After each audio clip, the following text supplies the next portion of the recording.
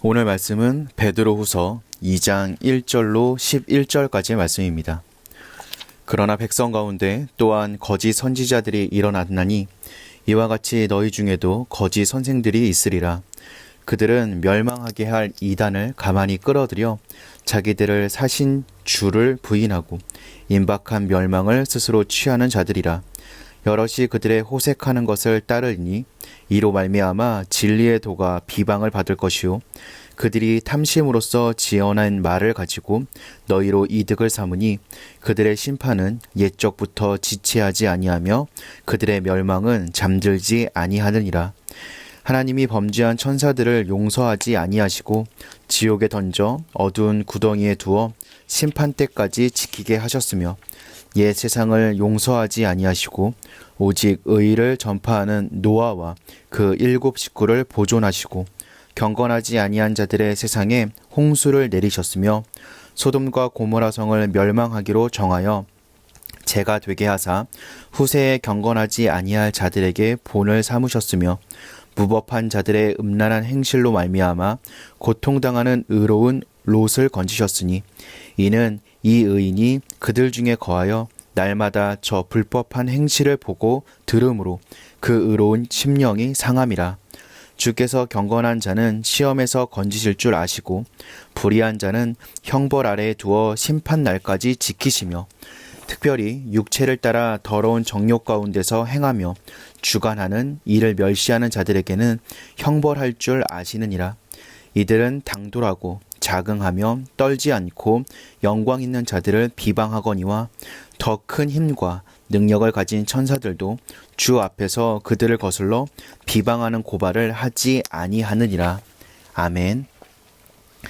베드로는 생의 마지막을 예견하며 신앙의 후배들에게 바른 지식을 가짐으로써 신성한 성품으로 변화되는 삶을 살라고 권면하고 있습니다.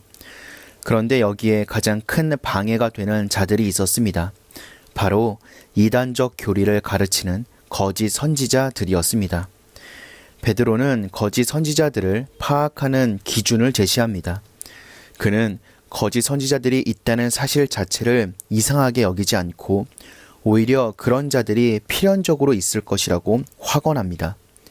거짓 선지자들은 구약시대부터 믿음의 공동체 가운데 늘 있어 왔기 때문입니다. 거짓 선지자들은 이단, 즉 왜곡된 지식을 사용해 주님을 부인하고 호색과 같은 죄를 퍼뜨려 진리가 비방당하는 악순환을 일으키는 자들이었습니다. 이는 앞에서 베드로가 가르친 바른 지식과 신성한 성품과 완전히 대비되는 것입니다. 그들이 이런 행위를 하는 이유는 탐심을 채우고 자기 배를 불리기 위해서입니다.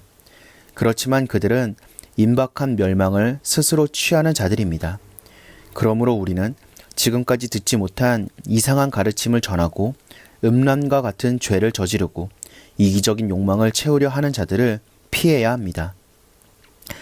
베드로는 하나님이 거짓 선지자들을 멸망시키신다고 가르칩니다. 범죄한 천사들, 노아 시대의 세상을 용서하지 않으셨고 소돔과 고모라를 멸망시키신 하나님이 반드시 그들을 무너뜨리실 것입니다. 베드로는 거짓 가르침이 아무리 많이 들려와도 그 가르침을 따라서는 안 된다는 것을 강조하기 위해 노아와 롯을 예로 듭니다. 아무리 많은 사람이 거짓 가르침을 따른다 해도 의의를 붙들고 진리를 따르면 구원을 얻을 것입니다.